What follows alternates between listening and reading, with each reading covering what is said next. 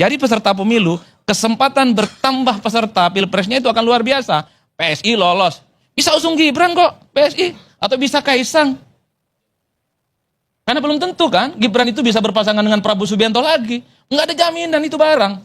Ada PSI punya tiket untuk bisa mencalonkan Gibran. Head to head dengan calonnya Bang Kiko nanti. Kan seru itu, Pak. Kemudian siapa lagi? Anies Baswedan cukup meyakinkan Partai Umat misalnya. Kalau kembali bisa ditetapkan sebagai peserta pemilu di 2029 dan seterusnya dan seterusnya. Itu kalau kita membaca kalkulasi politik soal kira-kira berapa banyak jumlah partai politik yang akan mengusungkan soal kandidat di Pilpres nantinya 2009 ataupun di masa-masa yang akan datang. Tapi saya khawatir kemewahan ini pada akhirnya tidak akan digunakan oleh partai politik bertanding di Pilpres. Karena sudah mulai ada tanda-tanda partai politik itu mengatakan dia iman politiknya tetap sikoh. Sikoh itu tegak lurus dengan Prabowo Subianto. Artinya apa? Sekalipun gembok politiknya itu sudah tidak ada, yang namanya monster ambang batas 20% itu sudah ditiadakan, kok rasa-rasanya partai politik ini tidak akan menggunakan itu sebagai instrumen untuk bertanding. Saya memprovokasi 8 partai politik yang lolos ke parlemen untuk maju. Apa argumennya? 2 hal. Karena Pilpres dan Pileg itu dilaksanakan secara bersamaan, maka beruntunglah partai politik kalau bisa mengusung kadernya sebagai calon presiden dan wakil presiden. Apa untungnya? Mendapatkan faedah elektoral yang disebut dengan efek ekor jas.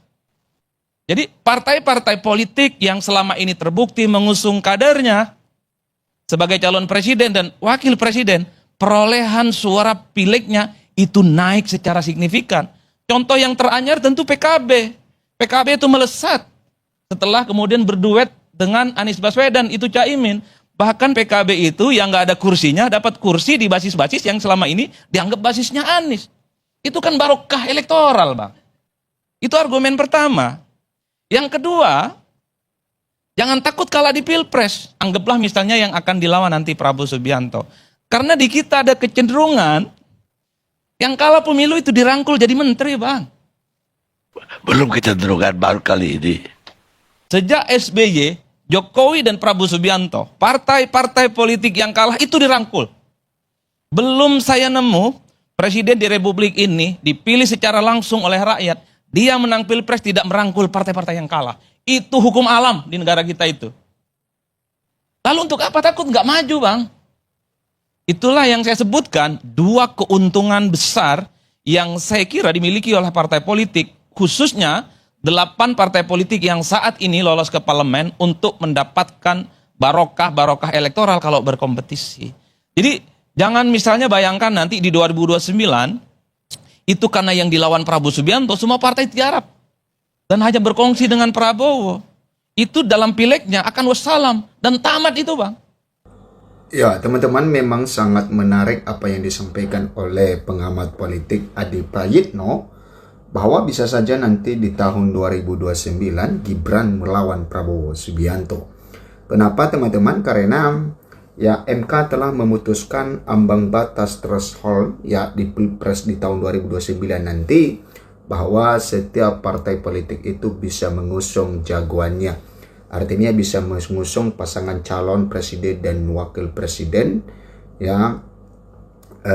Artinya tidak ada lagi pembatasan baik itu partai politik yang lama, partai politik yang baru, partai politik yang besar, partai politik yang kecil misalnya, memiliki peluang yang sama untuk bisa mengusung calon presiden dan wakil presiden.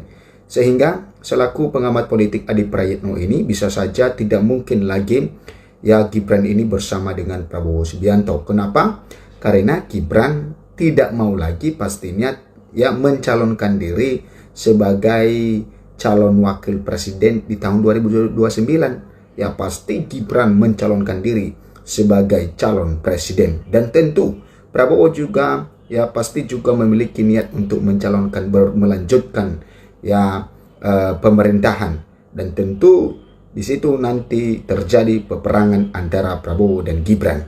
Ya karena ya sudah pasti dipastikan sekarang bahwa Gibran pasti maju sebagai calon presiden nantinya di tahun 2029.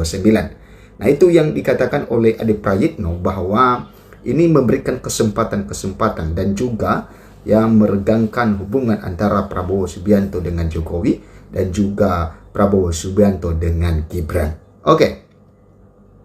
Di sini dikatakan presidensial threshold. Adi Prayitno sebut Gibran bisa melawan Prabowo Subianto di Pilpres 2029. Ini sangat mungkin, teman-teman. Kenapa? Karena seperti yang saya katakan tadi bahwa Gibran itu tidak lagi mencalonkan diri sebagai calon wakil presiden. Pasti di tahun 2029 dia mencalonkan diri sebagai calon presiden. Ya bisa saja ya Kaisang calon wakil presidennya nantinya. Jadi kakak adik nantinya ya bisa saja lewat PSI. Karena Kaisang adalah ketua umum PSI, maka Gibran ketika masuk di Partai Solidaritas Indonesia PSI itu maka mencalonkan diri sebagai calon presiden, dan Kaisang bisa saja mencalonkan diri sebagai calon wakil presiden. Ya, kita tidak tahu nantinya ke depan, teman-teman, karena politik ini sangat dinamis sekali. Ya, bisa saja terjadi dan bisa juga tidak terjadi. Oke. Toh, kata Adi, Gibran punya bekal untuk maju sebagai Capres 2029. Selain berstatus pemimpin Indonesia, ex-wali kota Solo itu bakal didukung Presiden ke-7 RI itu Joko Widodo atau Jokowi. Ya, sudah pasti teman-teman kalau Gibran yang maju sebagai calon presiden dan Prabowo Subianto maju sebagai calon juga presiden di tahun 2029, tentu Jokowi pasti mendukung anaknya Gibran Raka Buming Raka, dan tentu ya Gibran, Jokowi dan juga Prabowo bisa ya Gibran dan Jokowi yang melawan Prabowo bisa saja. Oke. Gibran yang bekal politiknya besar, hebat, anak Jokowi begitu ya, sekarang wapres, bisa maju itu pas 2029, bisa melawan siapapun, termasuk melawan Prabowo Subianto lanjutnya. Dia juga mengatakan Gibran tidak akan kesulitan mencari partai pendukung karena bakal disokong oleh Partai Solidaritas Indonesia PSI yang dipimpin Kaisang Pangarep. Gibran nggak perlu capai-capai mencari partai besar seperti Golkar atau Gerindra. Gibran cukup misalnya meyakinkan PSI, mengingat PSI selama ini sangat dekat dengan Jokowi, dekat dengan Gibran, dan ketua umum PSI itu Kaisang, ujar Adi. Nah, kemudian teman-teman, apa yang disampaikan oleh Adi Prayitno lagi tentang hal ini, ya, Pilpres 2029 membuka ruang bagi banyak tokoh untuk bersaing maju sebagai capres dan juga cawapres. Itu setelah Mahkamah Konstitusi MK menghapus syarat ambang batas atau presidensial threshold sebesar 20%. Secara prosedur demokrasi, dampak dari putusan MK ini semestinya akan begitu banyak calon-calon alternatif dalam Pilpres, kata Direktur Eksekutif Parameter Politik Adi Prayitno kepada awak media. Nah, memang benar teman-teman ya, dengan keputusan Mahkamah Konstitusi ini membuka peluang bagi anak-anak muda, dan ini juga membuka peluang ya peperangan antara Prabowo dengan Gibran, karena seperti yang disampaikan oleh Adi Prayitno tadi bahwa Gibran itu tidak mungkin lagi pasti akan mencalonkan diri sebagai calon presiden di tahun 2029, dan itu artinya Gibran menjadi lawan Prabowo Subianto.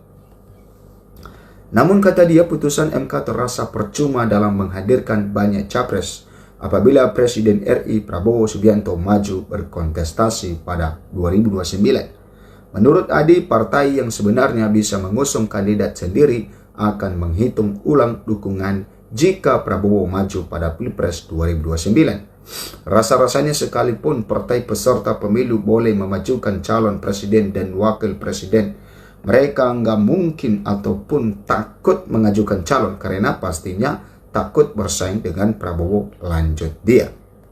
Adi beranggapan partai akan kesulitan menang kontestasi politik melawan Prabowo yang berstatus petahana. Partai itu sulit melawan Prabowo yang sudah dinilai mungkin akan mudah untuk memenangkan pertarungan yang kesekian kalinya, ujar dia.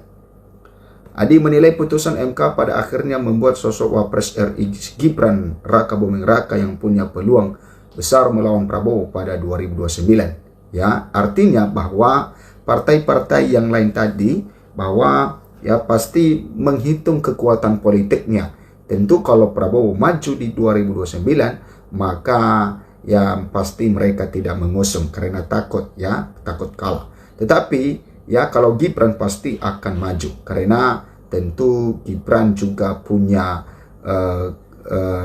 keyakinan bahwa dia akan bisa menjadi presiden. Makanya itu nantinya peperangan antara Prabowo dengan Gibran.